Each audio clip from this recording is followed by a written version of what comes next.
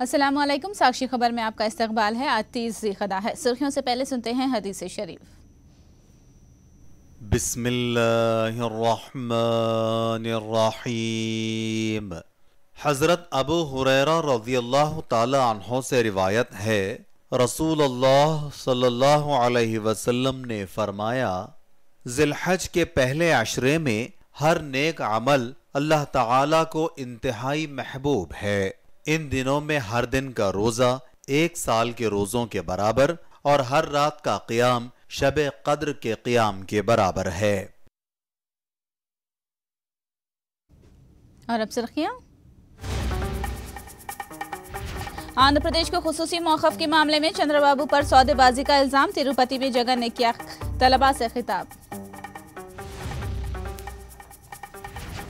तेलंगाना में पुलिस और मुश्तबा नक्सलियों में हुआ इनकाउंटर, 2 इंतहा पसंदों की हलाकत।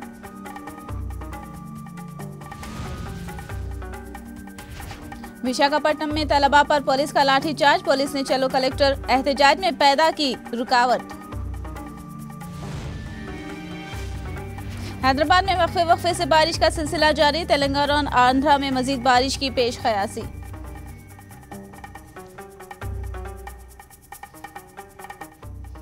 और अब तफसील। वाइस जगन मोहन रेड्डी ने तिरुपति में तलबा से खिताब किया। उन्होंने इस मौके पर तलबा के सामने खुसूसी मौक़िफ़ से होने वाले फ़वाइद बयान किए और तेलुगु देशम हुकूमत पर शदीद तनक़ीद करते हुए कहा कि चंद्रबाबू नायडू ने वोट के बदले नोट मामले से बचने के लिए रियासत के खुसूसी मौक़िफ़ से समझौता कर लिया है, जिससे रियासत के तलबा और बेरोज़गारों को नाकाबिले तलाफ़ी नुकसान का अंदेशा है।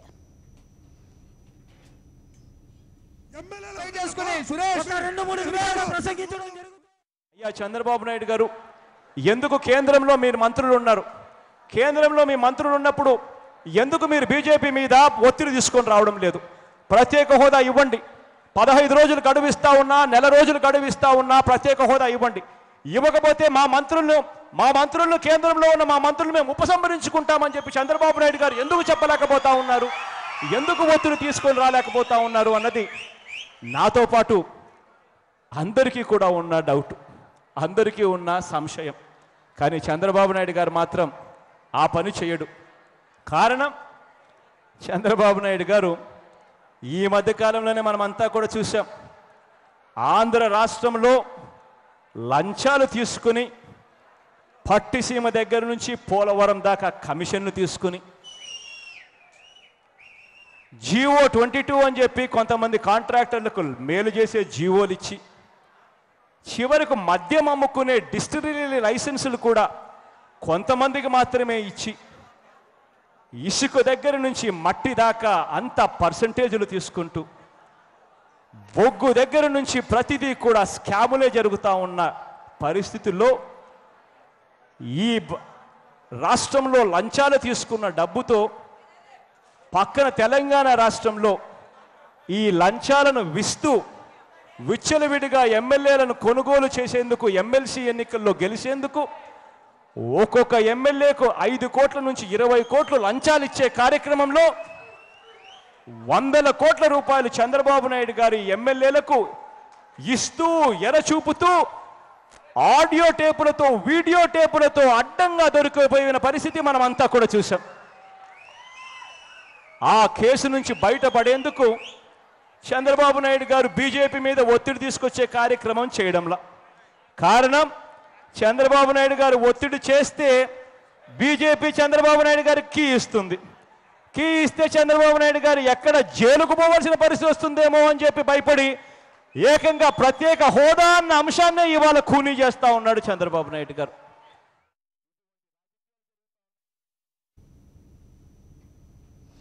वाइस जगन मोहन रेड्डी ने तिरुपति में तलबा से खिताब किया। उन्होंने इस मौके पर तलबा के सामने खुसूसी मौक़िफ़ से होने वाले फ़वाइद बयान किए और तेलुगु देशम हुकूमत पर शदीद तनक़ीद करते हुए कहा कि चंद्रबाबू नायडू वोट के बदले नोट मामले से बचने के लिए रियासत के खुसूसी मौक़िफ़ से समझौता कर लिया है, जिससे रियासत के तलबा और बेरोज़गारों को नाकाबिले तलाफ़ी नुकसान का अंदेशा है।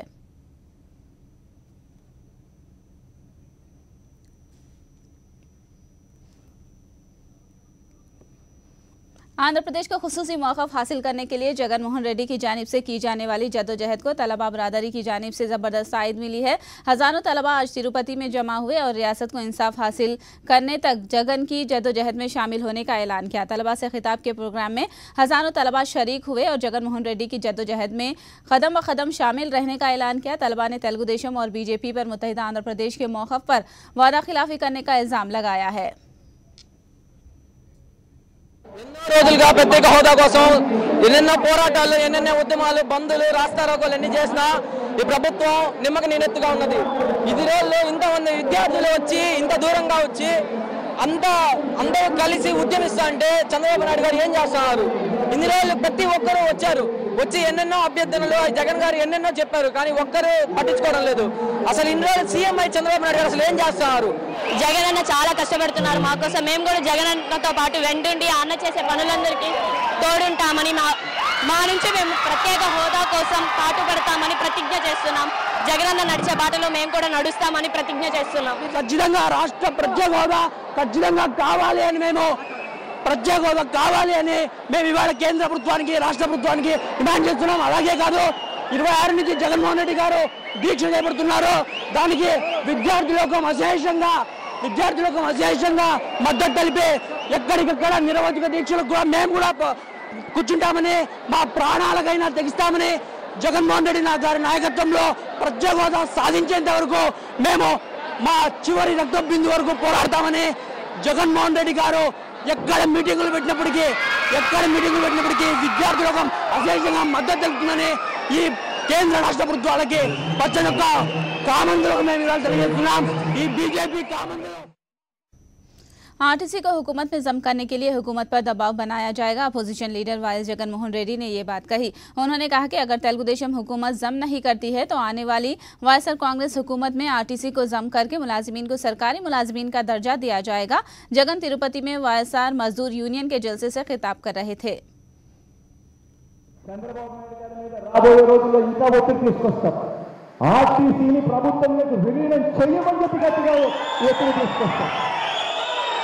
చంద్రబాబు నాయుడు గారు చేయకపోతే ఇబ్బంది లేదు. 3 ఏళ్ళు ఓపిక పట్టండి, ఆ తర్వాత మన ప్రభుత్వం వస్తుంది, ఆ తర్వాత ఆర్టీసీని ప్రభుత్వంలోకి విలీనం చేస్తామని చెప్తా ఉన్నాను. ఎందుకు చెప్తున్నాను అంటే శ్రమించే వారికి జాబ్ సెక్యూరిటీ ఉండాలి. శ్రమ పడే వారికి ఎప్పుడు ఆర్టీసీ మునుగుతుందో అని చెప్పి భయం ఉండకూడదు. నిర్భయంగా పనిచేసే పరిస్థితి ఉండాలి. నిర్భయంగా పనిచేసే పరిస్థితి రావాలి అని అంటే ఆర్టీసీ గవర్నమెంట్లోకి విలీనమైతేనే ఆ పరిస్థితి వస్తుంది. కాబట్టి ఖచ్చితంగా చేస్తాం. ఆర్టీసీని అన్ని రకాలుగా ఆదుకుంటాం. ఆర్టీసీలో పనిచేసే ప్రతి కార్మికుడు గవర్నమెంట్ ఉద్యోగిగానే బతికే పరిస్థితి కూడా తీసుకొస్తామని కూడా చెప్తా ఉన్నాం. ఇది ఖచ్చితంగా చెప్తా ఉన్నాం, ఖచ్చితంగా కూడా చేసి కూడా చూపిస్తాం. मजलिस के सदर असदुद्दीन अवैसी ने उन अफराद के खिलाफ फौजदारी मुकदमा दायर करने की धमकी दी है जो मजलिस पर बीजेपी से साजबाज करने का इल्जाम लगा रहे हैं। असद अवैसी ने ऐलान किया कि उनकी पार्टी बिहार इलेक्शन में किसी जमात से इत्तेहाद नहीं करेगी और सिर्फ सीमांचल में ही इलेक्शन लड़ेगी। असद अवैसी पटना में मीडिया से बात कर रहे थे। फैसला लिया है कि सीमांचल के इलाके तक ही हम इलेक्शन लड़ेंगे। कितने सीट लड़ेंगे वो पार्टी फैसला करेगी। हमारा किसी पार्टी से अलायंस नहीं होगा और जो लोग हम पे बेबुनियाद इल्जाम लगा रहे हैं हम उनसे कह रहे हैं कि ऐसा मत लगाइए, वरना हम क्रिमिनल डिफेमेशन डालेंगे और उनको कोर्ट में जाकर प्रूफ करना पड़ेगा। और अगर ये बात सही हो भी नहीं सकती तो बताइए, हरियाणा में, जम्मू कश्मीर में, दिल्ली में और झारखंड में इलेक्शन कैसा आज बीजेपी जीत गई? हम तो नहीं थे वहां पर। राजस्थान, मध्य प्रदेश के म्युनिसिपल इलेक्शन में हम नहीं थे, दिल्ली यूनिवर्सिटी के इलेक्शन में हम नहीं थे। तो ये हर मर्ज की बीमारी का इलाज तो मेरे पास तो नहीं है ना। हम सीमांचल की डेवलपमेंट के लिए, सीमांचल के इंसाफ के लिए इलेक्शन लड़ रहे हैं, यही हमारा प्रोग्राम है। वरंगल जिले के ताड़वाई मंडल के वेंगलापुर के जंगलाती इलाके में एनकाउंटर पेश आया, जिसमें 2 मॉइस्ट मारे गए। महलुकीन में खातून एक्सलाइट बताई जा रही है।